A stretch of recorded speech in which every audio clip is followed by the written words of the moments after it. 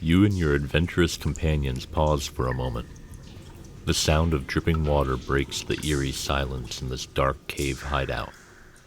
Having slain the horrors down here, you can't help but wonder, what other secrets lie in the unexplored parts of this cavern system beneath the city? What have they been hiding down here? You look past the fallen corpse of the creature you just put to rest, and see a table, paperwork spread out across it. But your keen eye catches what looks like a locked chest hidden in the shadows beneath the solid wooden table. You call up the thief, and they make quick work of the lock.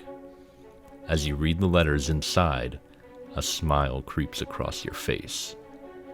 Looks like the smuggler was hiding something more valuable than just gold or weapons down here after all. So once the players have thoroughly cleared out the hideout of horrors and make their way back to their boat in the underground river, there's still business in the other room on the opposite cave wall. I used a letter in the hideout that they just plundered to pique their interest in looking into the other room.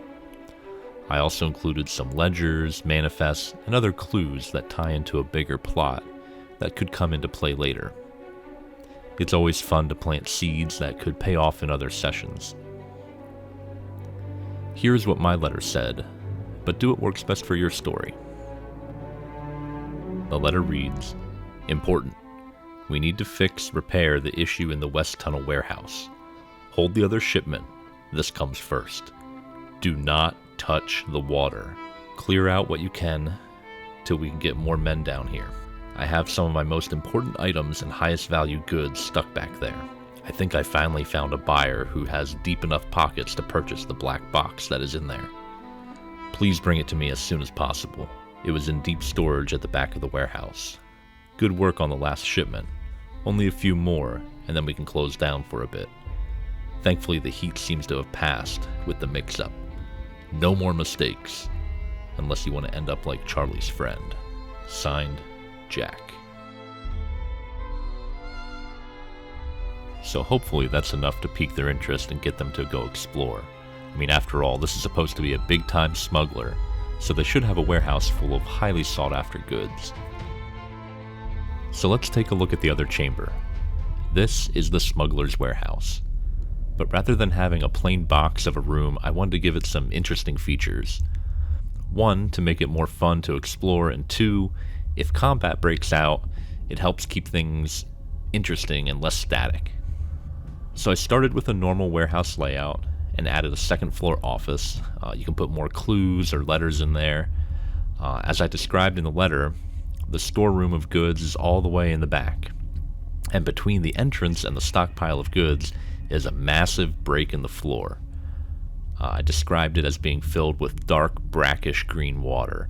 I tried to design the break in the floor in a way that would make the players have to use their skills and abilities to try and cross the water rather than just a simple jump. I wanted to present another challenge in the room that was not just the obvious hazard. So when they entered, I described that the room was filled with a horrible, noxious smell of rotting garbage and excrement. This is a clue to the monster that has taken up a home in here. An Odiug is laying dormant just behind the staircase. And if you're wondering, an Odiug is basically just a giant poop monster. Now, since the Odiug can communicate telepathically, I used that as a great opportunity to increase the suspense as they entered the room. I started by having the player with the lowest wisdom score start hearing thoughts in their head. Hunger. As they approached the room. And as they moved further into the room, I had it get more intense. Hunger. Starving. It might confuse the player. They might think, is that me? Am I hungry? Has something trying to communicate with me? It's great. It kind of just ups the tension if you play it right. Since the Odiug is starving, it's going to attack the characters, but it's more focused on getting a meal than scaring them off, so I played the encounter with that in mind. In my game, they ended up slaying the hungry poop monster. Now, the note they picked up clearly has a warning. Do not touch the water. But my players either forgot this during combat or decided bold, all-caps words were a lie. So they rolled the massive body of the freshly killed creature into the stagnant sewage water with a big push and a nice resounding splash.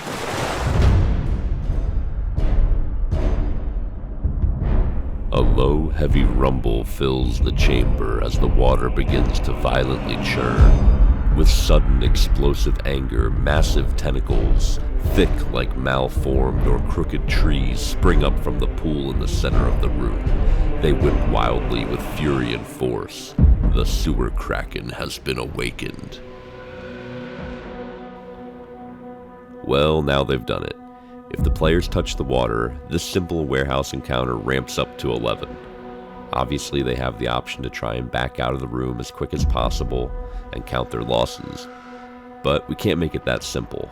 The tentacles are going to try and grab and restrain anything that is close to them, and I gave the tentacles each a 20-foot reach, so there are very few places to hide in the room. In my game, it just so happened that my one player had a one-time use of Misty Step, and had used it to cross over the pool to the back room right as the players disturbed the waters and alerted the Kraken.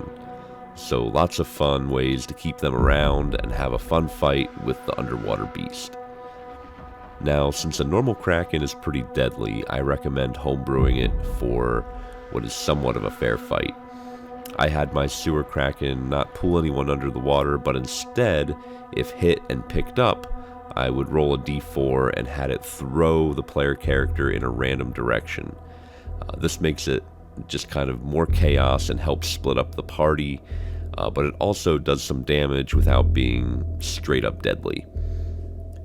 Just a quick fun note from when I ran this, we had one player unconscious on the ground, one in the back of the warehouse hiding in the treasure trying not to get smacked, and one had managed to retreat back out of the room, and then the other one was actually grappled and restrained by one of the tentacles being held 20 feet in the air.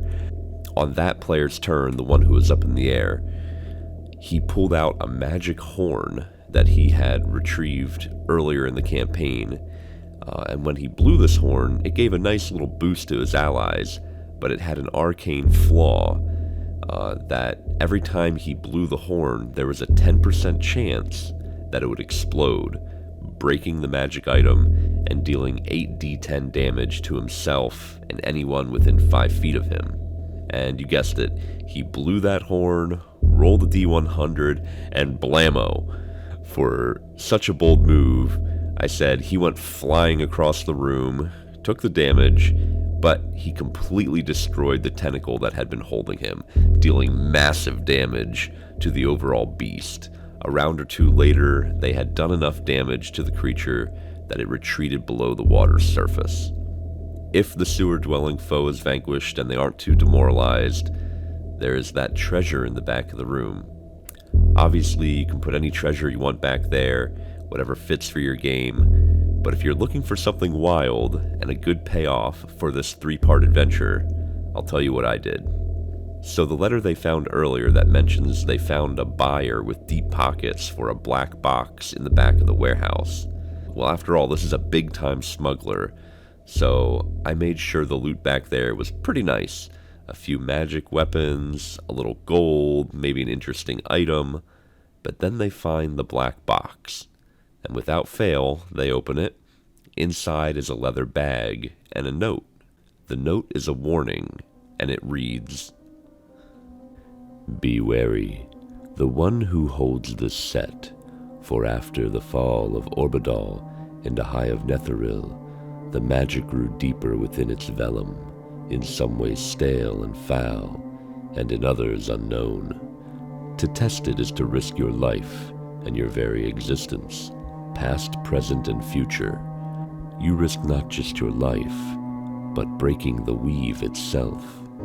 But the hearts of man think they can test fate and find the reward that so few have found.